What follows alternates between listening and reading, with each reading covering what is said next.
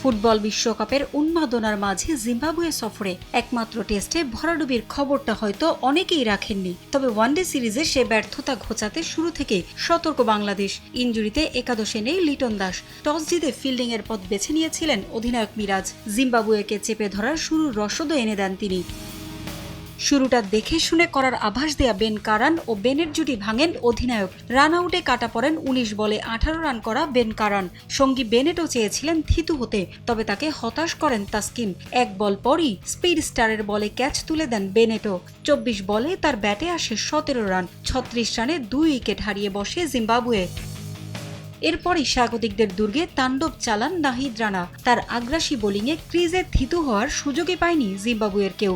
একে একে চোখে সর্ষে ফুল দেখে প্যাভিলিয়নের পথ ধরেন Sikandar Raza, Wessly Madhevere, Innocent Kaia, Clive Madande, Brad Evans ও রিচার্ড এনগ্রাভা।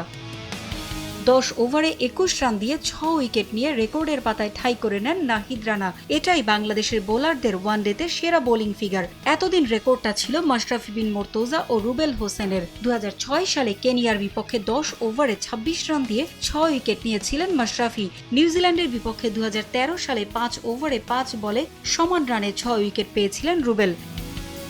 জিম্বাবুয়ের হয়ে সর্বোচ্চ ৫১ বলে ৩৩ রান করেন নিউম্যান নিয়াম্বুরি। ১৪১ রানে অল আউট হয় স্বাগতিকরা। জবাব দিতে নেমে বাংলাদেশের শুরুটাও ভালো হয়নি। ১৭ রানেই টপ অর্ডারের ৩ ব্যাটার তানজিদ, সৌম্য ও নাজমুল হোসেন শান্তকে হারায় টাইগাররা। নুরুল হাসান সোহানকে নিয়ে জয়ের পথে নিয়ে যাওয়ার আভাস দিয়েও পারেননি তাওহিদ হৃদয়। থামেন ২৫ রানে। দ্রুত বিদায় নেন মোসাদ্দেক। নুরুল হাসান সোহানের ৩১ রান ছাড়া বলার মতো স্কোর পাননি এরপর আর কোনো ব্যাটার। বোলারদের কল্যাণে হাতের কাছে আসা জয় ছিটকে যায় ব্যাটিং ব্যর্থতায়। টেস্টের পর ২৫ রানের হারে শুরু হয় ওয়ানডে সিরিজ। পারভিন আক্তার, সময় সংবাদ।